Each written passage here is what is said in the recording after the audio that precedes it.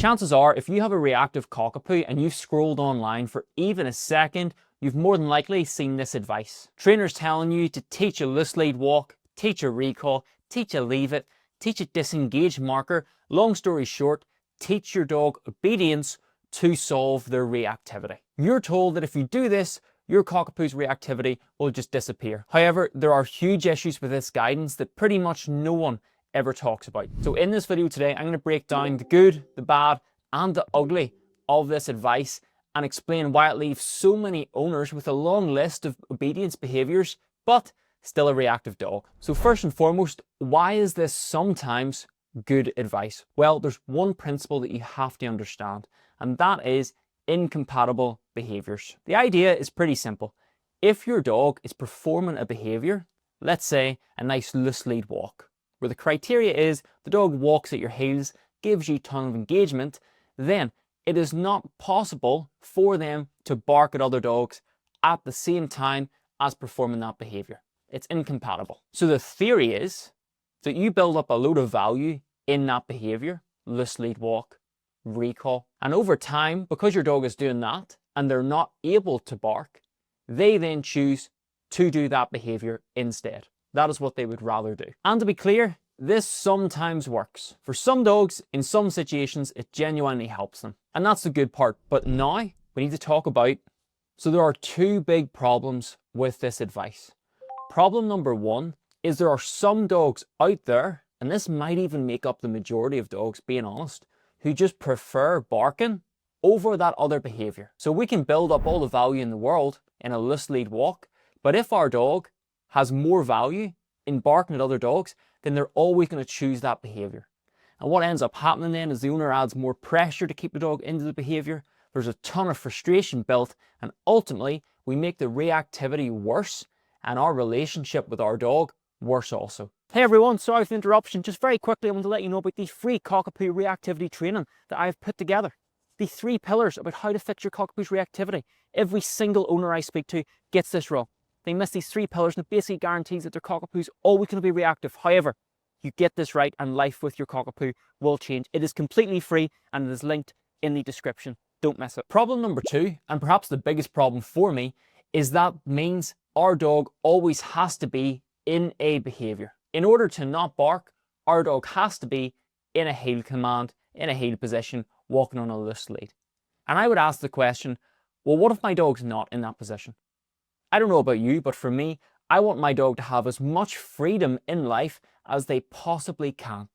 I want them to run, sniff, explore, be around other dogs and still choose not to react. I don't want them to be stuck to my side, forced into a behavior for the rest of their life in order not to bark. And the minute then they're free from that, they go back to the previous behavior. If your dog is locked into obedience, then you're going to be permanently babysitting them. And the second you give them freedom, they go straight back to reacting. And for me, it doesn't really feel like a win. This is the part that most people completely miss. Obedience strengthens obedience. Now to be clear, in my programs, I teach a loose lead walk, I teach a place, I teach a recall, and I do those things because on their own, they are useful behaviors to have with our dogs.